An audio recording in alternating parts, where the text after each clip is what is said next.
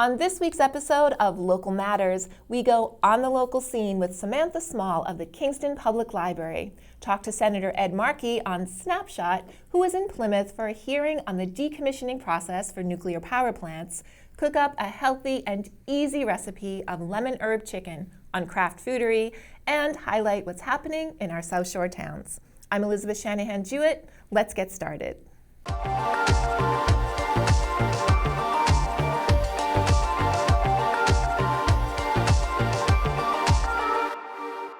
Kids who grow up visiting their local library often become adults who love reading and have fond memories of their childhood librarian.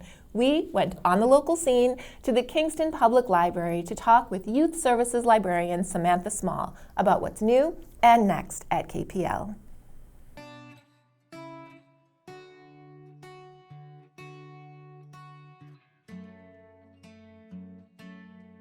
Working at a library was my first job. Actually, I volunteered at my local library first for about a year, and then they had an open position. They were like, we would really like to have you. And I was like, I'd really like to be here.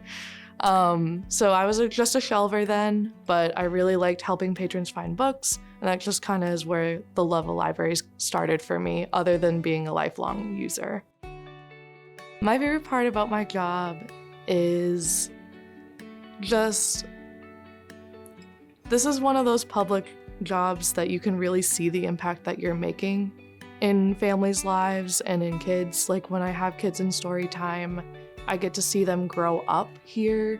I get to see them change on a weekly basis, where maybe the first week they're really scared to interact with other kids or interact with me. And then by the last week, they're like, Miss Sam, clinging to my legs. And they're just happy and so happy to be in the library and have this space to just be themselves. Libraries play a huge part in a child's growth. I think schools are I would say schools are your vegetables, they're your essential nutrients, and we're like the fun seasonings on the side. We help schools by supporting educational lessons here at the library. We create positive memories around reading through story times and programming. Having a space where kids can interact with each other before preschool even, where they can learn how to collaborate with other kids to learn those social boundaries, that emotional learning. This is one of the only spaces that kids can kind of learn that stuff for free. I think libraries are more important to the community now than ever, honestly. This is one of the last free spaces that families and anyone can just come, regardless of your background, to just be, to hang out, to use our resources, to use a computer for free, to apply for jobs if you're unemployed or just looking for new employment, to better yourself through books or technology, to get DVDs for free, although a lot of people don't have DVD players anymore, and just to create memories with your family, positive memories that you can look back on. We have something pretty much every day for families. We have, we're starting off the summer and the summer reading kickoff with an under the sea scavenger hunt here in this room. We have Moana and Ariel coming to visit and do a special story time for us and sing some of their classic songs with us. We have a theater troupe coming and doing a kid's version of Treasure Island, which is gonna be swashbuckling fun.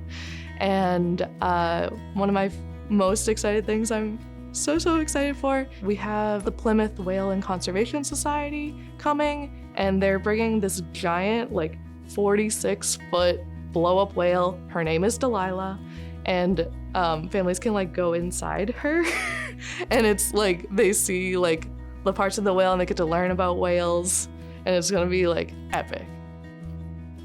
I always get parents coming in asking for recommendations for funny books, especially for their older kids, and there's this whole book series that is absolutely hilarious. Me and all my coworkers love it. It's called I Need a New Butt, and then the sequel is called I Broke My Butt, and then the third one is my butt makes too much noise or something like that. And it's an hilarious picture book. One of my favorite books that I read recently is called Pride and Premeditation. It's a Jane Austen murder mystery novel for teens. And it stars all your favorite characters from Pride and Prejudice. It centers around Elizabeth Bennet, who works at her dad's law firm and is trying to solve this murder mystery, and you see all your favorite Jane Austen characters pop up in surprising ways. I really recommend that. Even in just the short amount of time that I've been in libraries, which is about 10 years, I think the future for libraries is very open-ended. I mean, I've seen libraries change so much from when I was a kid, where it was just the programs that they had were just you sit quietly and listen to like one story. Now it's even story times are different. Now we're doing a whole bunch of different events. Like last summer I did like an outdoor water party with water balloons and stuff. I've seen libraries do Nerf gun battles in the library. Like I feel like we're in this golden age of libraries because now we get to do whatever we want and we get to be whatever we want. So we can really react to what our community needs and respond in kind. You won't want to miss Delilah. Check out the library's website for this and other fun summer programs. Caring for a loved one with dementia poses many challenges for families and caregivers. Having a local support system is important, and the Pembroke Council on Aging offers free dementia support programs every Tuesday from 1:30 to 3 p.m., including memory cafes and caregiver support groups. A memory cafe is a safe and comfortable space where caregivers and their loved ones can play group games that support the brain, socialize, receive mutual support, and exchange information. Caregiver support groups at the COA are facilitated by Bonnie Jarrell of Bridges by Epic and COA Outreach Coordinator and Dementia Specialist Marie Vitale. While you receive assistance and encouragement, there will be refreshments and games provided for your loved one. This is a free program. Call 781-294-8220 to register. We are in the full force of spring in New England, and if you're a gardener, you've segged from planning to planting. Have you bought any plants lately? Plymouth Patuxent Museum invites you to their annual spring heirloom plant sale, taking place on Saturday, May 21st from 8 a.m. to 1 p.m. Heirloom herbs, vegetables, and flowers that are grown in the 17th century English village recreation of early Plymouth will be available for purchase, in addition to unique varieties, including Ring of Fire sunflowers. Museum staff and volunteers have spent the winter months propagating this bountiful selection of more than 70 heirloom species, all of which will thrive in this region. Many will attract hummingbirds, bees, butterflies, and other wildlife to your yard. The sale will be held in the museum's main parking lot, and admission is free. Plymouth Patuxent's knowledgeable horticultural staff will be on hand to provide gardening tips and answer questions. Shop local and support the museum's mission as we celebrate Plymouth Patuxent's 75th anniversary. For a list of available plants and to learn more, visit the events calendar at plymouth.org.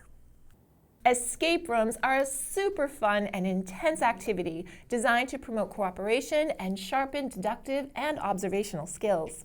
On Thursday, May 26th, teens and tweens aged 12 to 16 are invited to the Teen Escape Room event at the Pembroke Public Library meeting room from 4 to 5 p.m. Collect clues, answer riddles, and unlock the final box to make your escape. Registration is encouraged, but drop-ins are welcome. Visit the library website to reserve your spot. Financial fraud and cyber crimes like identity theft and hacking designed to scam seniors out of money affect millions of elderly Americans each year. In 2020 alone, the FBI recorded a total of 791,790 complaints, leading to reported losses of over $4.1 billion. As part of the Senior Safety Series, Plymouth County District Attorney Tim Cruz will speak at the Duxbury Senior Center on May 24th to discuss the latest trends in financial scams facing seniors. He'll talk about how you can recognize fraudulent schemes and identify ways you can avoid being taken advantage of. Don't Be Scammed will take place from 10 to 11 a.m. Visit the Senior Center website to learn more. Up next is Keith Hughes with an all-new Snapshot. Welcome to Snapshot, where we take a local look at the government stories that you may have missed.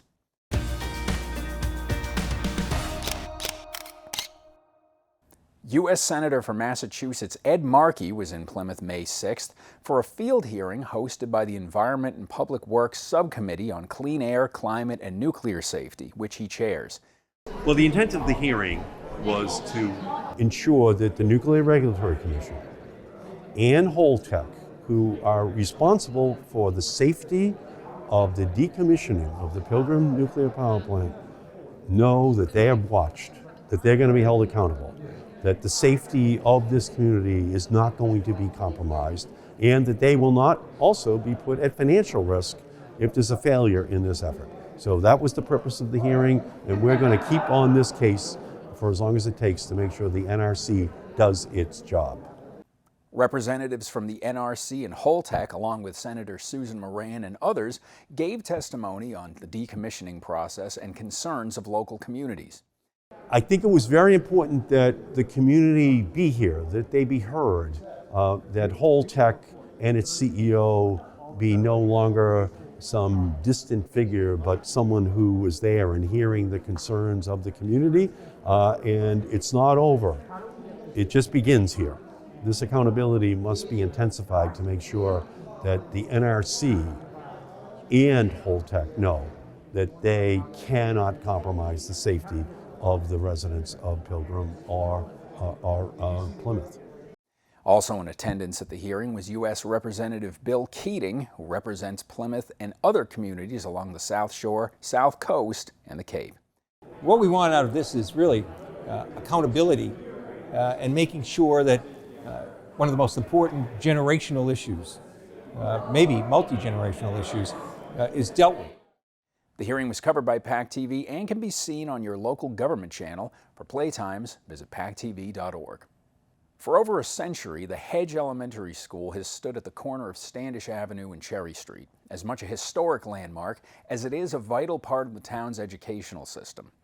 Recently, shifts in enrollment across the district, along with future facility upkeep, were among the factors leading the town's redistricting advisory committee to propose closing Hedge Elementary and diverting its student population to nearby schools. To residents opposing the measure, changing schools would be one more disruption for students already impacted by 2 years of COVID-19 protocols. Some were concerned about the possible impact on the town's burgeoning English learning population. And for most, losing a piece of Plymouth's history was an outcome they weren't willing to accept. After hearing from residents, the committee voted unanimously against closing the Hedge School as part of any redistricting measure at their next meeting. Superintendent Christopher Campbell assured those in attendance that even if the Hedge School does close at some point in the future, the town would not sell it to developers as some had feared, and would possibly convert it into a community center. We recently met up with David Gould, Director of Marine and Environmental Affairs for the town of Plymouth, to learn about what's happening along Town Brook and the eDNA program they're participating in. Hi everyone, I'm David Gould, Director of Marine and Environmental Affairs for the town of Plymouth. We're here in Brewster Gardens along Town Brook on a beautiful spring morning. And one of the things we're looking at today is the pit tag antenna that you see just underneath the footbridge in Brewster Gardens. And a pit tag is a passive integrated transponder. And what that is a small device that we actually insert within the river herring right into their belly. We'll take some measurements, how long they are, how much they weigh, if it's a male or female. And when we insert that pit tag, what it allows us to do is that when the fish go through these antennas, it tells us when they went through, how quickly they're up to the next antenna, how much time they spend in the upper part of the watershed when they're spawning, and it also gives us all the data when they come back downstream as to when they're leaving to head back out to the ocean. So that little transponder gives us an awful lot of information. What it's allowed us to do in the past, especially up at the skateboard park, is it told us that when we did our pre-construction pit tag study, that about 27% of the fish that entered the existing fish ladder up there got past the dam, but when the dam was removed and the river was restored, we got fish past it up to 96%. So we know that that dam removal and river restoration project was successful. So here at the Jenny Grist Mill, we have our eel trap.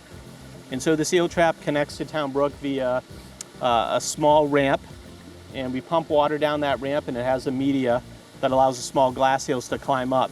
And when they climb up, they'll drop into this tank, and then we'll do a count, and we'll transport them upstream because they can't actually get over the dam. So one of the unique features of the bypass is that it will not only pass increased storm flows through the limited spillway of this dam, but it'll provide upstream and downstream migration improvements for the river herring and the eels, which currently have very difficult time getting over the dam into the upper part of the watershed. So we've had a couple years where we've had over 40,000 glass eels come in to this very tank that we then count and are able to move upstream. So this has been a pretty neat success story for us, and to see them in this early phase of their life is a really neat opportunity. We're here at Jenny Pond, and behind me is our camera box. That camera holds our live stream camera, so as fish swim from Town Brook up the fish ladder Jenny Gristmill, they'll come out into the pond area and they'll swim through this camera box. There's a live stream underwater camera there that shows all the fish going by. It records it live to the web, so if you ever want to just watch the herring run without leaving your home, you can actually just go on and you can actually see all the fish migrating at that particular moment in time. You can also go back and look at videos that we've collected where fish are going by in different time frames, and you can actually do those counts, and we use those counts to help our population estimate for that year. This year we're actually entering into a new phase of our monitoring, which is using eDNA, which is a relatively new process and a new technique that has a lot of promise. And essentially what we're doing is collecting water samples both downstream and upstream of Jenny. The reason for that is hopefully in the next year or two we'll be able to do a project where we'll create a bypass around the dam, which will allow aquatic organisms to get around the dam for the first time in 400 years. And what we're trying to do right now is collect pre-project data. So to find out what exact organisms are within the watershed, especially the upper part of the watershed, that they're closed off by the presence of the dam, so that when the bypass is in place and organisms can get by freely, we can find out what's actually taking advantage of that opportunity. These are the kind of changes that if you're not actually going out and trying to study and analyze them, you won't know about. And so this is why we've done so much analysis and so much research after our projects, just trying to see the full impact of what they're doing, not only for us, but sharing that information with lots of other state and federal agencies and other nonprofits and watershed groups. You may have noticed a couple of new shows on the community and Plymouth government channels. Looking Forward with our senior centers is a bi-weekly show featuring the directors and activity directors of the Councils on Aging, highlighting upcoming events and programs that may be of interest to community members. You can watch the show throughout the week on PAC-TV's community channel and on the Local Scenes YouTube channel. Also new to our schedule is This Week in Plymouth. Featuring Plymouth Town Manager Derek Brindisi, this show aims to inform residents of what's happening in town and share current updates and information. You can watch it on Plymouth's government channel as well as PAC-TV's YouTube channel. Thanks for watching this edition of Snapshot. I'm Keith Hughes, and we'll see you next time.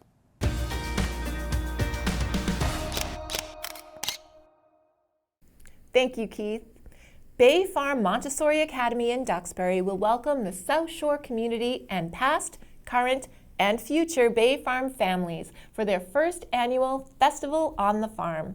This free event will offer entertainment, food and drink, auction items, and more. The family fun begins at 145 Loring Street location at 12 p.m. on Sunday, June 5th. Visit the event Facebook page for more details. Meet at the Teen Room of the Kingston Public Library on Monday, May 16th from 4 to 5 p.m. for Craft Teens, Paint a Ceramic Owl Planter. Borrow some seeds from KPL Seed Library to plant your own herb garden, or use your new owl planter for pens, pencils, makeup brushes, whatever works for you. This event is open for ages 11 through 18. Register via the library's website. Up next on Craft Foodery, Max shows Ben that a healthy recipe of lemon herb chicken doesn't have to be hard to make. Hey Ben, that's it. What you eating? Just some chicken I made last night. Oh, yeah, that looks good, I guess. Yeah, not too bad. I threw it in the oven. I put it on a pan, put Put it in the oven for like 60 minutes at 4:15. You did what?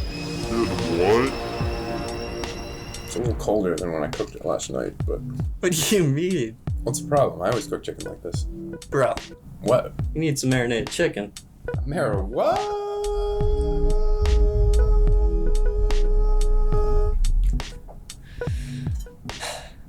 I just did a video on a marinade. I'm gonna send it your way. Check your email. In today's episode, we're using chicken, lemons, garlic, rosemary, parsley, salt, and olive oil. So let's get started. We'll need a 1/4 cup of olive oil, half a teaspoon of salt, or more if you're feeling risky. Use as much garlic as you want.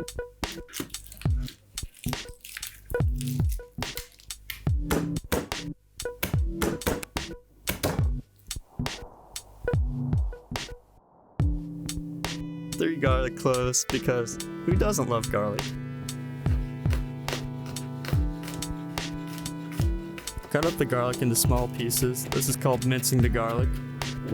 A few sprigs of rosemary. I went a little crazy here, but you get the idea.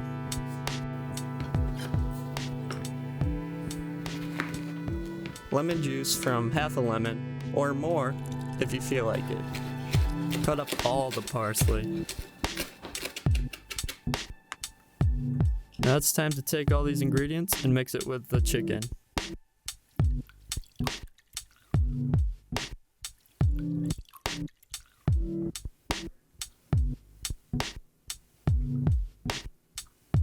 I didn't actually need this entire cup full of rosemary, but here we are. I didn't really need all this salt either, but again, here we are.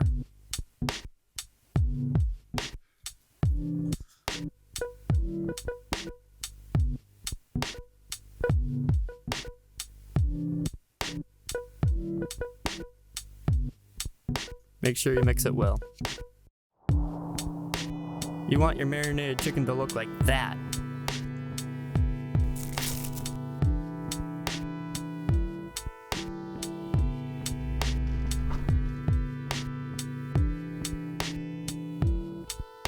Place the chicken in the fridge for up to 24 hours, but if you only have an hour, that's cool too. Place the chicken on the oven rack. This one is oversized, but it's all I had. Smaller one would be better if you have it available. You're gonna preheat the oven at 450, and then you're gonna cook it for 15 minutes. And now you have lemon herb garlic chicken.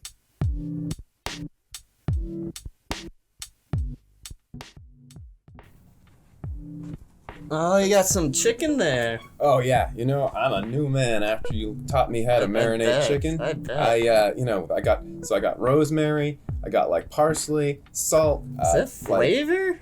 So much flavor. You have no idea. Lemon juice, you need that with the chicken, obviously. The Calm perfect down, amount of calm pepper down, though. Now, calm like down. it like punches you right in the face.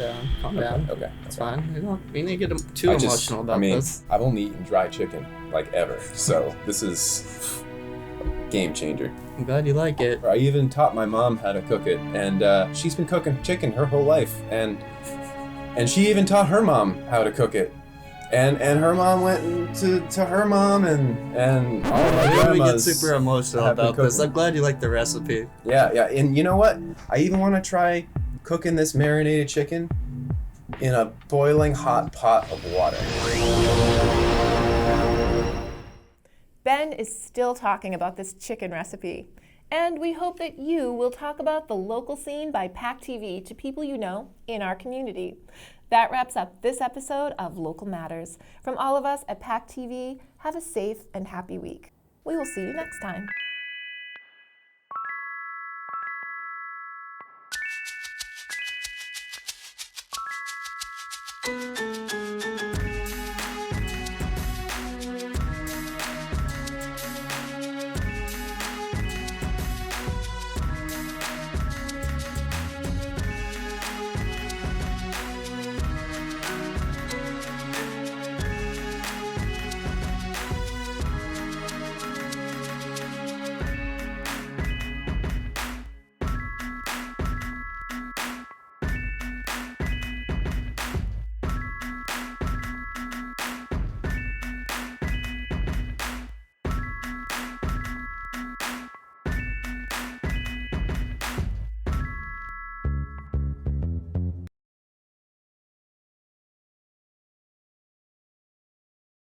Thank you for watching. We are grateful for your attention. If you like what you saw, please like and subscribe to The Local Scene here and share everywhere. Thank you, friends.